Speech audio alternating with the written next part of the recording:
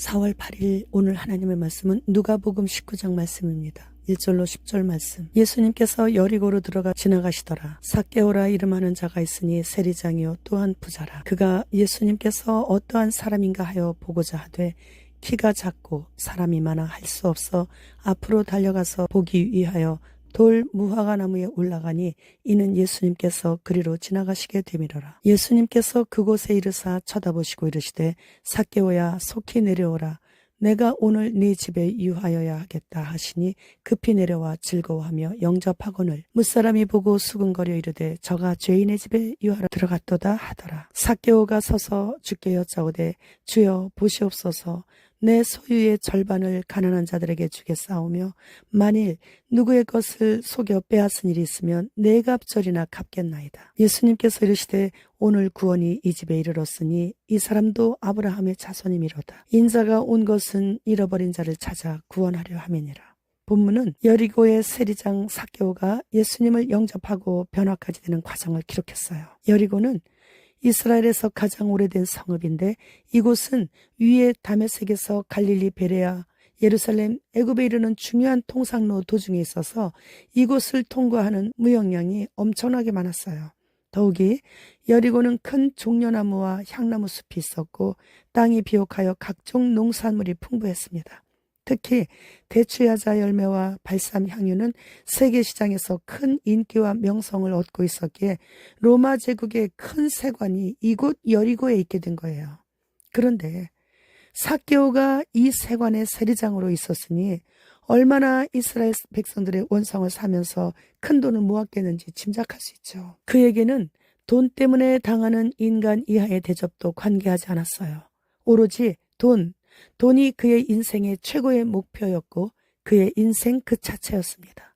그런데 예수님께서는 이 여리고성을 가로질러 지나가시게 된 거예요. 이 부자 세리장인 삭개오는 키가 작아서 많은 사람들로 인해 가까이 갈 수도 없었고 뒤에서는 지나가시는 예수님을 뵐 수가 없었죠. 그래서 삭개오는 이 지역의 지리를 너무나 잘 알고 있었기에 예수님께서 지나가실 만한 곳에 돌 무화과 나무에 올라갔습니다. 예수님은 들리는 소문에 의하면 죄인들의 친구라고 하시는 분이시고 자신은 죄인이라는 것을 너무 잘 알고 있었고 그래서 꼭 그분을 먼 발치에서라도 뵙고 싶었던 거죠. 자신은 여리고 성읍에 살고 있는 사람들 중에서도 큰 부자요. 사람들이 자기를 싫어하고 멸시하고 있는 것을 누구보다도 잘 알고 있었기에 돌 무화과 나무에 올라간다는 그 자체가 또 무슨 경멸과 조롱의 유혹을 들을지도 잘 알고 있었던 거예요. 그러나 삭개오는 그런 것에 이미 익숙해 있었기에 상관없었어요. 주님만 뵐 수만 있다면 그보다 더한 수모를 당하더라도 수용하고자 하는 열정이 있었죠. 삭개오의 이러한 겸손함과 그리고 열정이 그를 돌 무화과 나무로 올라가게 한 것입니다. 이런 결정을 하게 된 삭개오는 주님께서 보실 때는 누구보다도 큰 인물이었던 거예요. 삭개오의 그 열정이 예수님의 눈에 그래서 띄었던 거죠. 사람들은 자신을 무시하고 조롱해도 그 수모는 잠깐이고 쓸모없다고 욕먹는 세리인 죄인도 친구로 맞아주시는 예수님을 한 번만이라도 꼭 뵙고 싶었던 그 열정. 그러니까 삭개오는 예수님 앞에서는 체면이라는 불필요한 그런 겉옷을 다 벗어버리게 된 거예요. 삭개오라는 이름의 원뜻은 의로운 자, 순결한 자예요. 그러나 여리고성의 세관에 앉아있는 이 세리장 삭개오는 이름대로 살지 못했어요. 원인은 돈 때문이에요. 그에게는 돈 그 이상의 그 어떠한 가치를 다른 것에서는 발견하지 못했기 때문이에요.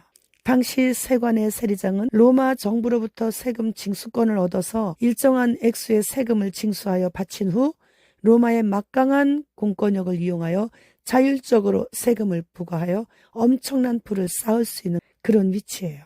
그래서 동족들로부터 매국노, 이리, 면허증 가진 강도 그렇게 불리우며 엄청난 멸시와 조롱을 당했었죠. 이렇게 동족들 간에서도 왕따를 당하고 조롱과 멸시를 당하며 사람 취급을 받지도 못하면서도 그만둘 수 없는 이유는 일단 엄청난 돈을 합법적으로 자신이 원하는 대로 걷어들일 수 있었기 때문이에요.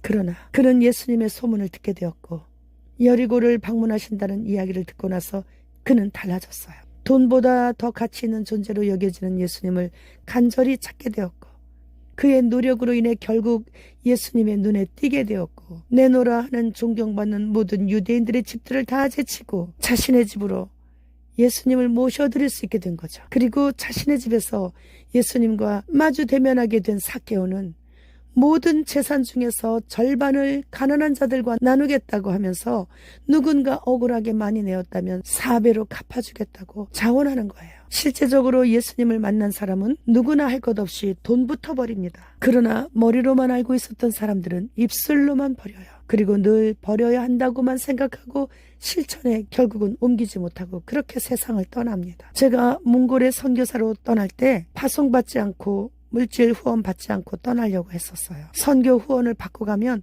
사람에게 선교 보고를 해야 하는데 그게 싫었어요. 선교 보고는 오직 나를 파송하신 하나님께만 올려드리고 싶었기 때문이죠. 그런데 전도사로 사역했던 곳 중 한 곳의 목사님께서 선교사로 그렇게 가는 거 아니라고, 파송 예배를 드리고 가야 된다고, 선교사 모임에도 나가고, 그러면 어디서 파송받았느냐, 그러면 그냥 혼자 왔는데요, 이러는 거 아니라고. 그래서 그렇게 강권하셔서 결국 파송 예배를 받게 됐죠. 그런데 파송 예배 후에 몽골의 방 월세 정도는 후원하셔야 한다고, 싫다고 그래도 굳이 20만 원씩을 후원해 주셨어요. 그리고 몽골에 들어가서 방을 얻었는데 24만 원이에요. 그러니까는 가면서부터 4만 원 마이너스로 시작을 하게 된 거예요. 그래서 저는 오직 주님의 눈에 뜨일 수 있는 방법을 찾는 것에만 고민하게 됐죠. 그리고 드디어 그 방법을 찾았습니다. 영하 57도까지 내려가는 혹한의 그 땅에서 사역하시는 선교사님들 중 내가 가장 일찍 일어나는 거,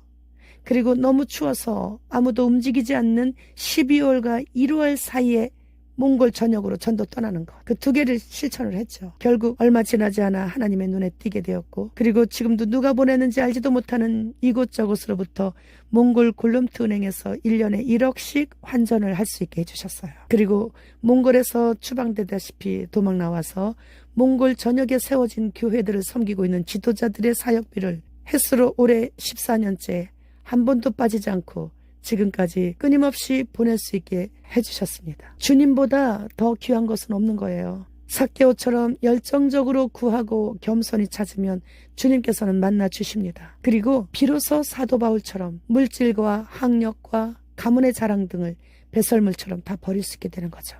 그래서 주님을 만났는지, 주님을 내 집에 모셨는지가 마지막 때에 영생을 어디서 보내게 되는지 결정지어지게 되는 거예요. 이번에 미국의 개기일식의 그날에 맞춰서 천주교의 수장과 딥스들은 다른 차원의 문을 열기 위해 입자 가속기를 재가동하게 되어 다른 차원의 문을 열어 다른 존재들을 불러 올리려고 한다고 합니다. 그리고 이란의 절친인 국인 러시아가 이란, 터키를 비롯한 무슬림들인 마곡과 더불어 먼저 이스라엘을 치기 위해, 그리고 먼저 이스라엘을 감시하기 위해 골란고원에 러시아 군들을 1월에 배치했는데, 이 배치한 병력 외에 또 추가 병력을 배치하고 있다고 합니다. 검은 월요일이라고 부르는 이번 개기일식에 맞춰 금융시장 붕괴를 예고하고 있고, 대부분의 국가에서 사용하고 있는 달러가 붕괴되어 여러 가지 사회 문제가 있고, 전 세계가 빠르게 호주같이 은행 없는 사회로 가기 시작하고 있고, 그런데